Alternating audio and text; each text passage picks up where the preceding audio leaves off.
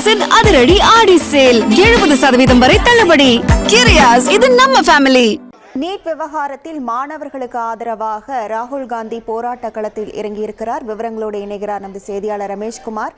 வணக்கம் ரமேஷ்குமார். பிரதமர் மோடி வீடு அமைந்திருக்கும் இடத்தில் இந்த போராட்டமானது நடைபெற்று வருகிறது. 20க்கும் மேற்பட்ட எம்பிக்கள் இந்த போராட்டத்தில் பங்கேற்றிருக்காங்க அப்படின்னு நீங்க சொல்றீங்க. இப்போ அந்த பாதுகாப்பு ஏற்பாடுகள் அங்கே எப்படி இருக்கு? கைது நடவடிக்கைகள் ஏதேனும் எடுக்கிறதுக்கான வாய்ப்புகள் இருக்கா? அங்கே இருக்கக்கூடிய நிலவரங்கள் என்ன? அதாவது பிரதமர் மோடியினுடைய வீட்டிற்கு எதிரிலேயே ராகுல் காந்தி தலைமையில் காங்கிரஸ் கட்சியினர் இந்த போராட்டத்தை முன்னெடுத்து வருகிறார்கள். இதற்கு முன்பு சமீப ஆண்டுகளில் பிரதமர் மோடியினுடைய வீட்டிற்கு அருகிலேயோ அல்லது எதிரிலேயோ எந்த ஒரு அமைப்பும் கட்சியும் போராட்டம் நடத்தியதில்லை. நீண்ட ஆண்டுகளுக்கு பிறகு தற்போது ராகுல் காந்தியினுடைய தலைமையில் காங்கிரஸ் கட்சியினுடைய எம்பிக்கள் இந்த போராட்டத்தில் ஈடுபட்டு வருகிறார்கள். மாணவர்களின் மீது நடத்தப்பட்ட தடியடி, நீட் வினாத்தாள் கசிவுக்கு பொறுப்பேற்று பிரதமரும் ராஜினாமா செய்ய வேண்டும், உள்துறை அமைச்சரும் ராஜினாமா செய்ய வேண்டும், கல்வி அமைச்சர் தர்மேந்திர பிரதானும் ராஜினாமா செய்ய வேண்டும் என்ற கோரிக்கையை வலியுறுத்திதான் அவர்கள் இந்த போராட்டத்தில் ஈடுபட்டு வருகிறார்கள். இதற்கு அரசு பொறுப்பு ஏற்க வேண்டும், இது குறித்த நாடாளுமன்றத்தில் ஒரு முழுமையான விரிவான விவாதம் நடத்த வேண்டும் என்ற கோரிக்கையை வலியுறுத்தியும் மாணவர்களின் மீது நடத்தப்பட்ட தடியடியை கண்டித்தும் ராகுல் காந்தி தலைமையிலான இந்த எம்பிக்கள் போராட்டத்தில் ஈடுபட்டு வருகிறார்கள். போராட்டத்தின் ஒரு பகுதியாக போய் சூப்பர் மார்க்கெட்டிலே நாம் பொருட்களை வாங்கினால் அந்த உடைமைகளை முடிச்சு போடுவதற்காக டேக் ஒன்று கொடுப்பார்கள். அந்த டேகை அனைத்து உறுப்பினர்களுக்கும் ராகுல் காந்தி வழங்கினார்.